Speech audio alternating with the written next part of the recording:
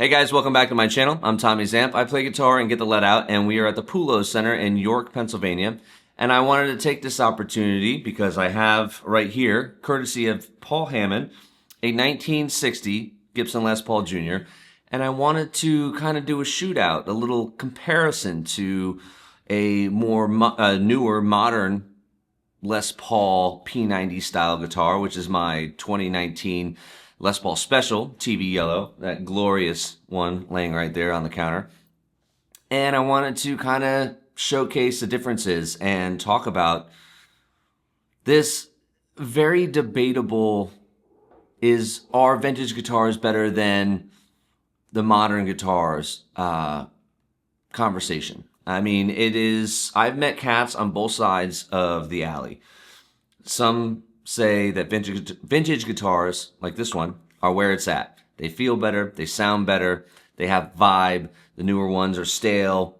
They don't have the same mojo, right? And I've met other guys and gals on the other side of the alley that say, well, the older vintage guitars, while they're cool, they're too difficult to stay in tune. Things don't work right. They're very difficult to intonate, especially with a single stop tailpiece. So you can upgrade parts. You know, you can get you can replace this with one that's adjustable.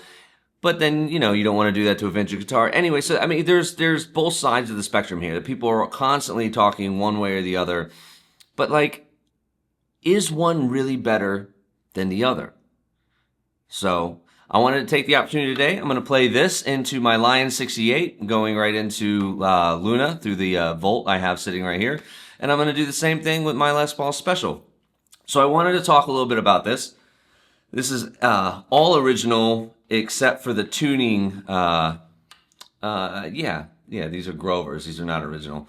So the tuners got swapped out. But as far as I know, from what Paul told me, everything on this is original other than that, and it had a refinish. It's a refin, but all the components, the capacitors, knobs, the pickup, everything. And it is a glorious specimen of a player grade 60 Les Paul Jr. And we've got the dog ear P90 pickup. Now the Les Paul Special that has the soap bar. So if you're unfamiliar, you see these little lips here. That's what makes this a dog ear cover P90. Okay, so you can see it's got a little bit some road scars right here on the neck. Extra screw holes added in the back from where the tuning pegs were replaced. But there's the headstock. It's a beautiful specimen of a 60 Les Paul Jr. Glorious, deep, dark rosewood fretboard. I absolutely love the rosewood work. I absolutely love the dark rosewood fretboards. I can't get enough. That deep, dark color. It's really, really pretty. You see that? It's outstanding. I could look at that all day long. And it makes me happy to play when I look down and see it. These were actually student models when they originally came out. My understanding is that they were, you know, student guitars. And they just evolved into this punk rock. You know, I look at the double cutaway, I think it's cool. So let's get some sounds going. I am running everything into Luna. I'm running right here into the Lion 68, just a Marshall-y sound. In my dressing room, I got one ear out so I don't feel like I'm yelling at the camera. And let's just see what kind of tones I can get out of this thing right off the bat. All right, here we go. Yeah, that's good.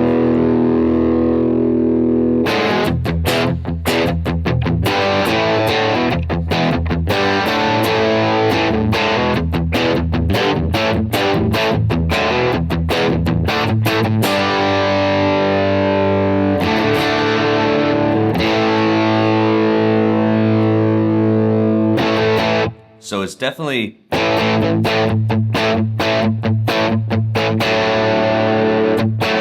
it's got that crunchy P90 vibe going on.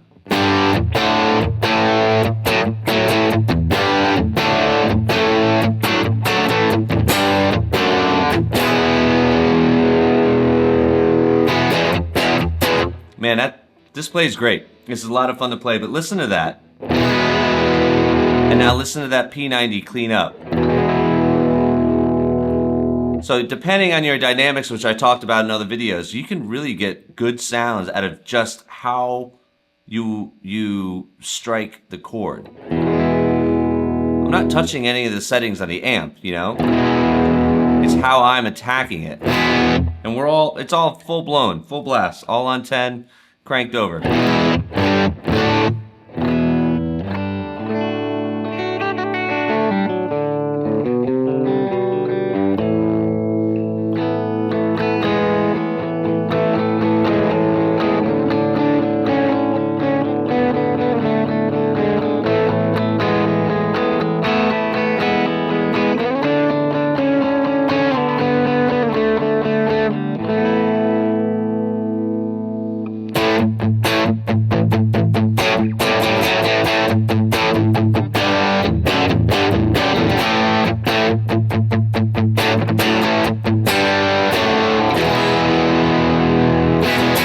So the one thing I like about these is there's no, you're not gonna get lost like flipping around between pickups or selections, pickup selectors.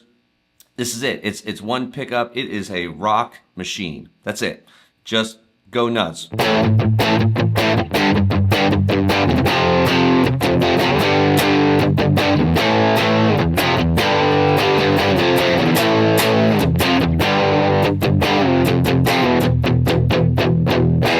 I mean, this thing's gnarly.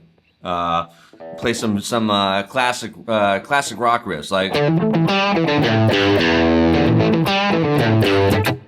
Sounds great. Got.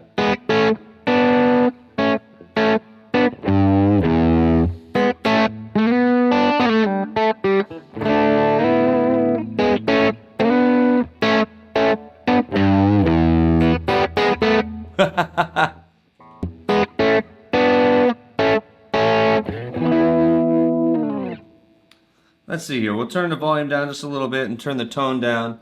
See if I can get this thing to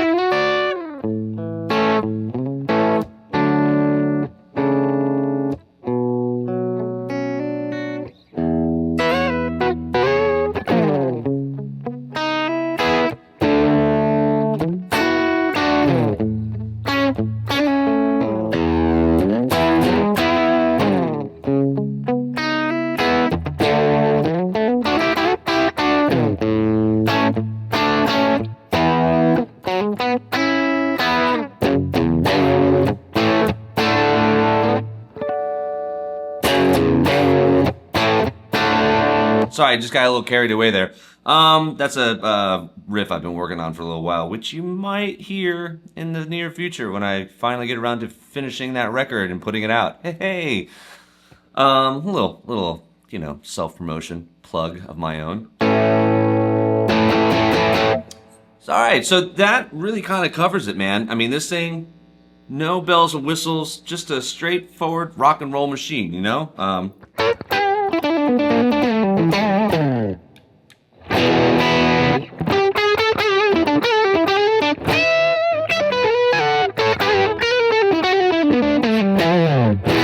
This thing's sick. Plays really well. The action's set up perfectly. It's nice and low. It needs to be intonated. There's a few little things, but I mean, just tweak it. Work on figure out how to do stuff to your guitar. Like all you got to do is adjust these little screws down here, and then you just keep checking your intonation. So the neck is straight. I know that. Paul sets everything up. He's brilliant with his stuff.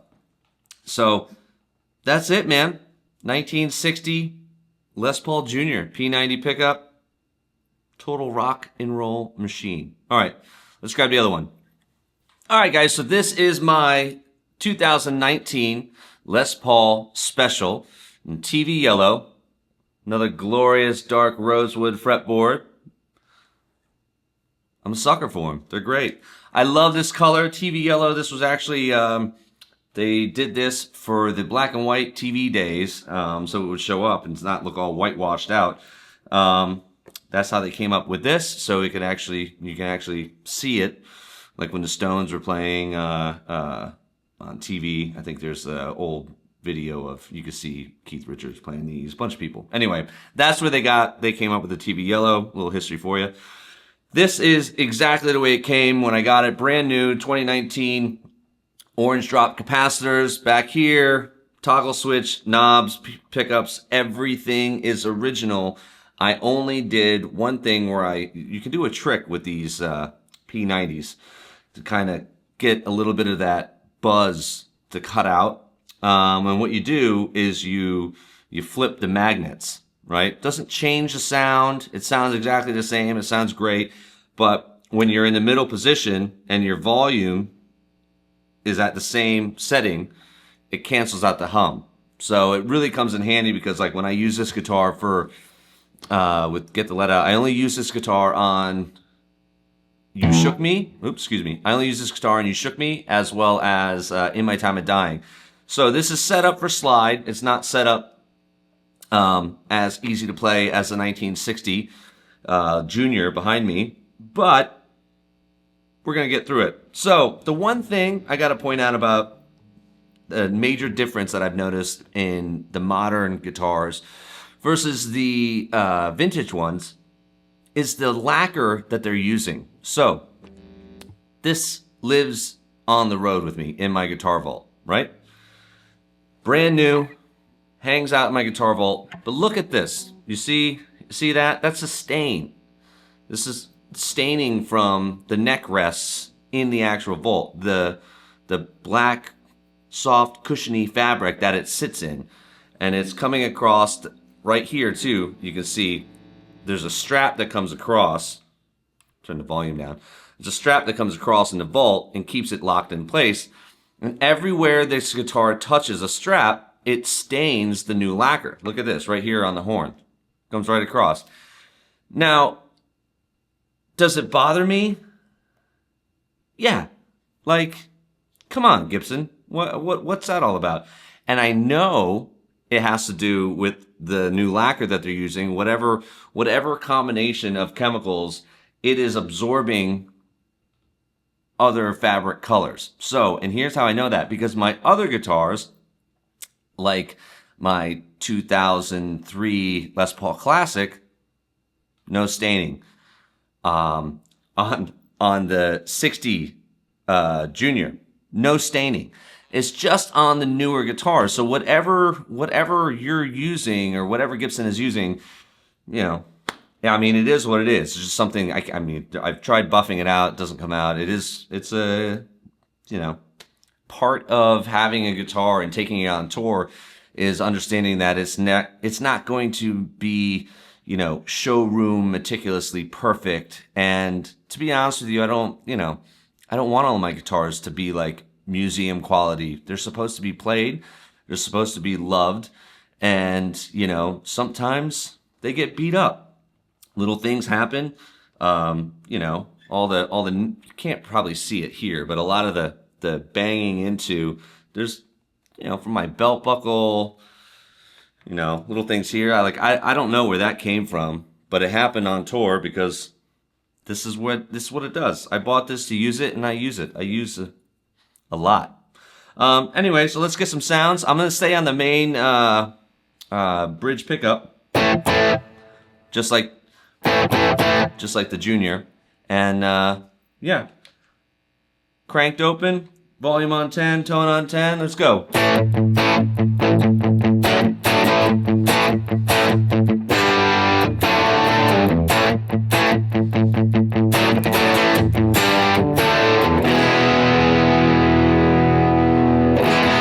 I mean, I think that sounds great.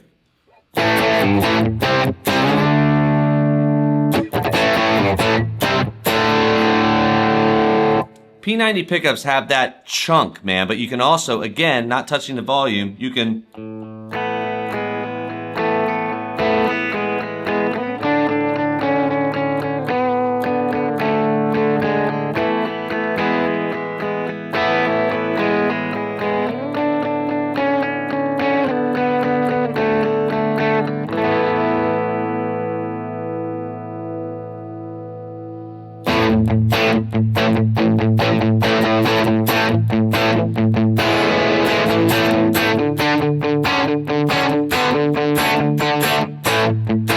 You can play dynamically with the modern pickup as well, and it's going to sound great.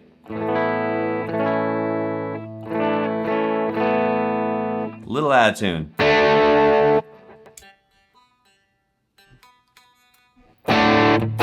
There we go. Yeah. So one of the things that I wanted to do, I'll do the other riff now too. All right, so check it out.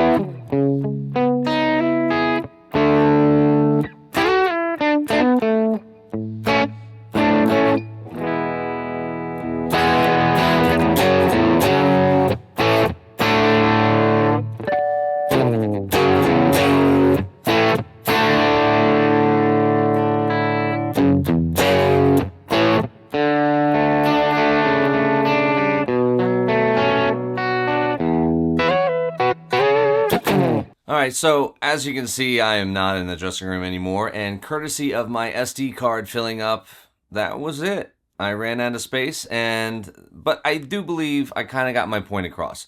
So, what's better, vintage or modern? Now, this is not a cop-out, okay? I really do think that each guitar has its own vibe. It has its own character, and some say they can hear a difference in vintage guitars versus modern guitars. I'll be honest with you, I can definitely hear a difference, but that doesn't necessarily mean one is better than the other. They just sound different. They're different sounding instruments, and I think the most important thing that I want to convey to you all is that you need to, or I hope that you have the opportunity to play every guitar that you've ever dreamed about playing. That would be phenomenal. But when you are picking something, play what inspires you. Whether that's a vintage guitar or a modern guitar, just play what you want to play that makes you feel inspired to make music, that makes you inspired to play music with other people, to write songs, to record. You know, that's the whole point, in my opinion, about playing music, is to be inspired. So if you are inspired by vintage guitars and playing vintage instruments, then do that. And if you're inspired by modern guitars, then play the modern ones. Play what you want. But don't say one is better than the other, because everything, it's just not. One isn't really better than the other. It's subjective. It's based off the person. One person says it's better than the other person disagrees. It's a subjective thing. So when it comes down to it, just, when you play something and you feel that feeling, that, like I like to refer to it as that lightning bolt, take advantage of it. Take it. Play it. Enjoy it. Like I had I played an ES335. It was probably, I don't know, somewhere around 2016. I was in Manhattan, and I just picked it off the wall. I was like, oh man, this thing seems to be calling my name. I grabbed it, and with the moment I touched it, it was like I got shot with a lightning bolt through my body. I was like, oh my God, I have to come home with this. And I played it for like an hour, and I put it up. It wasn't it wasn't a vintage ES335. I want to say it was like a 2013 cherry dot, gorgeous. And I put it down because I had to run back to what I was doing. And when I went back,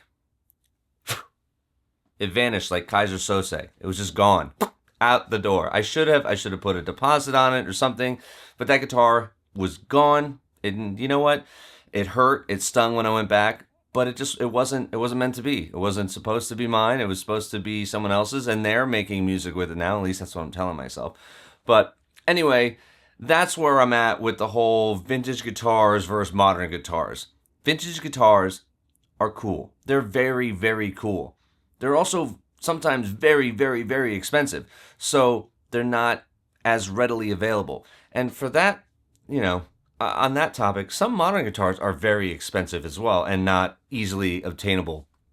I don't understand what's going on. It's, being a musician, why is gear so expensive? That should be the next question. Why is gear so expensive? Anyway, that's another topic for a different video. But thank you guys for checking out my channel. Again, I'm Tommy Zamp. I play guitar and get the lead out. So if you're around and you want to come see a Led Zeppelin show, you come see us and hit me up beforehand on Instagram, all that good stuff. I'd love to chat with you guys after the shows as well. I am still working on my new goal for 5,000 subscribers within the next year. So if you haven't already, hit that like and subscribe and that little bell icon so you can see when I put out my next video and more guitar related content. But I think that's it. So listen, guys, nothing but peace and love. All right, be good to yourself, be good to each other, and I will see you all in the next video. All right.